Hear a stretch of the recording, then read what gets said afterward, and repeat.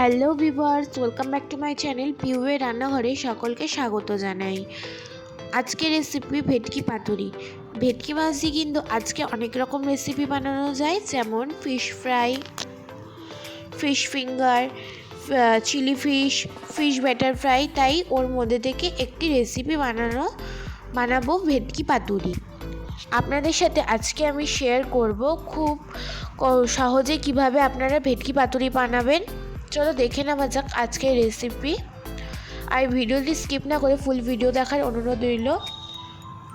আগের দিন একটা ছোট মাছ এনেছিল, ওর মধ্যে থেকে আমি পেটিগুলোকে বের করে আলাদা করে রেখে দিয়েছিলাম। ওই পেটিগুলোকে ভালো করে ধুয়ে ওর মধ্যে অর্ধেকটা লেবুর রস মাখিয়ে রাখছি আধ ঘন্টার জন্যে। এবার একটা পাত্রে কালো সর্ষে 20 গ্রাম আর সাদা সর্ষে 20 গ্রাম 20 গ্রাম 20 গ্রাম করে আমি সর্ষে নিয়েছি, যেহেতু মাছটা অল্প রয়েছে তার জন্যেই। তারপর 1 চামচ পোস্ত বাটা নিচ্ছি, দিয়ে ভালো করে ভিজিয়ে রেখে দেবো। এখানে 2 চামচ মতো টক দই নিয়েছি, টক দইটা জল ঝরার জন্য রেখে দিয়েছি। এবার কলা পাতাটাকে কেটে নেবো, কলা পাতাটাকে কেটে নিয়ে ধুয়ে রেখে দেবো। তারপর ভালো করে মুছে ওর মধ্যে সর্ষের তেল মাখিয়ে নেবো। সব কড়াতে কিন্তু ভালোভাবে সর্ষের তেল মাখাতে হবে। একটার মধ্যে নিয়ে আমি সবগুলো মাখিয়ে নিচ্ছি। দেখো, সোজা পিঠেও লাগাতে হবে, উল্টো পিঠেও লাগাতে হবে, ওইভাবেই লাগিয়ে লাগিয়ে আমি রেখে দেবো। দেখো সবগুলো লাগানো হয়ে গেছে। এবার পাশে একটা চাটু গরম করতে দিয়ে দেবো, যেহেতু কলা পাতাটা সেঁকতে হবে। এখন চাটু গরম করে দেওয়ার পর এবার আমি কলা পাতাগুলোকে ভালোভাবে সেঁকে নেবো। আমি যেই কাজটা ভুল করেছি সেটা কিন্তু তোমরা করো না, ভালোভাবে কিন্তু কলা পাতাগুলোকে সেঁকবে। আমি কিন্তু অতটা ভালোভাবে সেঁকিনি। দেখো এইভাবে সেঁকে নামিয়ে নিয়েছি। অনেকক্ষণ ধরে সেঁকতে হবে। একটা সেঁকা হয়ে গেছে, এবার আমি আরেকটাও দিয়ে দেবো পরে। এটা আমি তুলে নিচ্ছি, আবার আরেকটা দিয়ে দিলাম। দেখো, এটাকে আমি ভালোভাবে সেঁকে নেবো।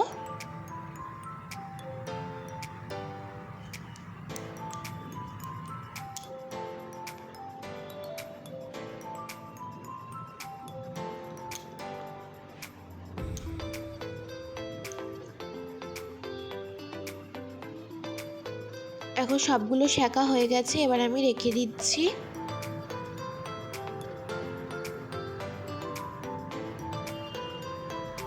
রেখে দিয়ে এবার শিলে আমি সর্ষে পোস্তটা বেটে নেবো, আর তার সাথে 4টে কাঁচা লঙ্কা। যারা বেশি ঝাল খাও তারা লঙ্কার পরিমাণটা বেশি বাড়িয়ে দেবে। আমরা অল্পই ঝাল খাই, তার জন্যে 4টে কাঁচা লঙ্কা নিয়েছি। আর শিলনোড়ায় বাটলে বেশি ভালো হয়, তোমরা চাইলে মিক্সিতেও বেটে নিতে পারো।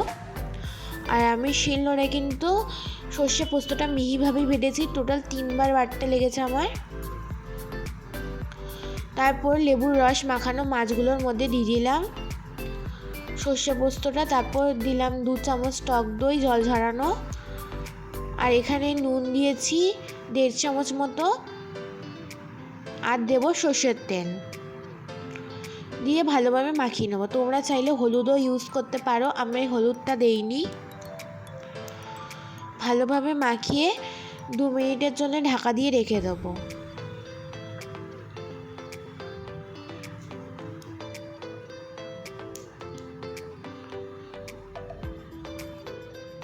কিছুক্ষণের জন্য ঢাকা দিয়ে রেখে দেওয়ার পর এবার কলার পাতার মধ্যে একটা একটা করে দেব, আর একটুখানি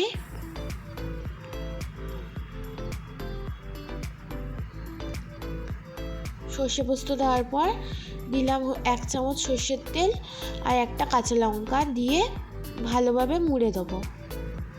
এই যে দেখো, মুড়ে দিচ্ছি। 2 সাইড দিয়ে মোড়ার পর তারপর নিচে যেই দুটো বেরিয়ে থাকবে সেই দুটোও ভালোভাবে মুড়ে দেবো।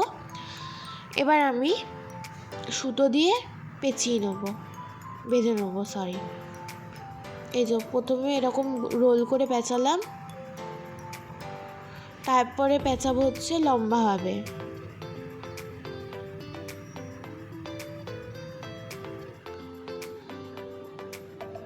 যে দেখো লম্বাভাবে পেঁচানোটা দেখাইনি, আমি নেক্সট বারে দেখিয়ে দেবো কোনে। একটা হয়ে গেছে, এবার আরেকটা দেখাচ্ছি। আবারও একটা মাছ দিলাম, মাছ দেওয়ার পর তারপর দেবো সর্ষে পোস্ত 1 চামচ দিয়ে, ওর মধ্যে 1 চামচ সর্ষের তেল আর একটা লঙ্কা দিয়ে ভালোভাবে বেঁধে নেবো।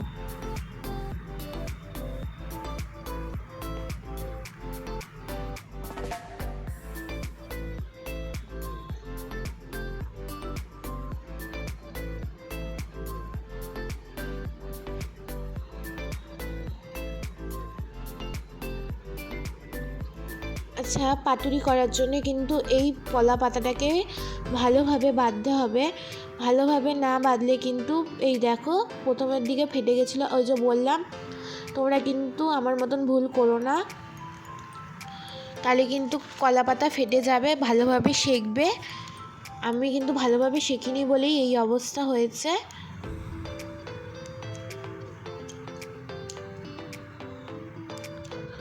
ভালোভাবে মুড়ে নিয়েছি। এবার এই মোড়াটাই কিন্তু আসল, নালে কিন্তু সব মশলা ভিতর থেকে বেরিয়ে আসবে। এবার আমি চাটুতে খানিকটা তেল দিয়ে কলা পাতাটা ভালোভাবে পাতুরিগুলো ভালোভাবে আমি সেঁকে নেবো উল্টে পাল্টে। 3টে করে আমি দিচ্ছি। তোমরা চাইলে বেশি যদি বড় জায়গা হয় তাহলে 4টে করেও দিতে পারো, এর থেকে যদি ছোট জায়গা হয় তাহলে 2টো করেও দিতে পারো। কিছুক্ষণ পর এবার আমি উল্টে নেবো ওই পাশ। দেখো লাল লাল হয়ে গেছে এই পাশটা। এবার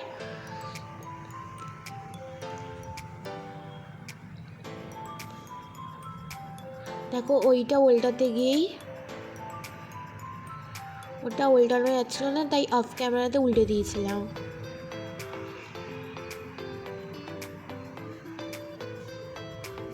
দেখো এপিট এবার ভাজতে দেবো ঢাকা দিয়ে। দেখো ভাজা হয়ে গেছে, যেহেতু ওই 3টে করে দিয়েছিলাম, একটা তুলে রেখে দিয়েছিলাম আগে, না ভাজা যাচ্ছিল না, তার জন্য দুটো করেই ভাজছিলাম। দেখো 2টো করেই দিচ্ছি। ওটা ওই পাশে একটা রেখে দিয়েছিলাম, একটা করে তুলছি, একটা করে রেখে দিচ্ছি, এইভাবেই এরকম করছি। আমার ভেটকি মাছের পাতুরিগুলো সব ভাজা হয়ে গেছে। এবার আমি খুলে দেখিয়ে দিচ্ছি কেমন হয়েছে। আর প্রচণ্ড না গরম ছিল, বুঝলে তো, যখন আমি খুলছিলাম প্রচণ্ড গরম ছিল, তার জন্য এরকম লাগছে। তুমি যদি চাটুর উপরে রেখে দাও, এইটা গ্রেভিটা পুরো জমে যাবে।